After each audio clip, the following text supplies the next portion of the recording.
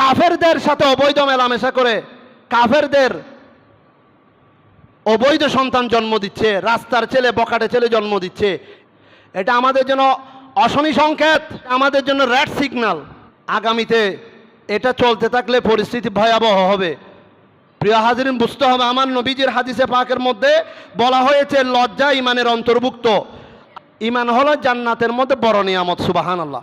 অশালীন কথাবার্তা হলো জাফা, জাফা অত্যাচারের অন্তর্ভুক্ত। মানে যারা লজ্জা শরম ছাড়া হাইয়া শরম বেশরম হয়ে আচরণ যেগুলি করবে, কথাবার্তা যেগুলি বলবে, এগুলি অত্যাচার জুলুমের অন্তর্ভুক্ত। জুলুম জুলুম বলা হয়েছে হাদিসে পাকে।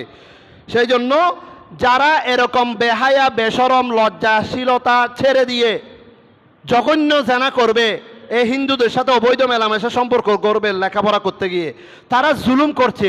জুলুম কার উপর করছে? নিজের নফসের উপরে জুলুম করছে।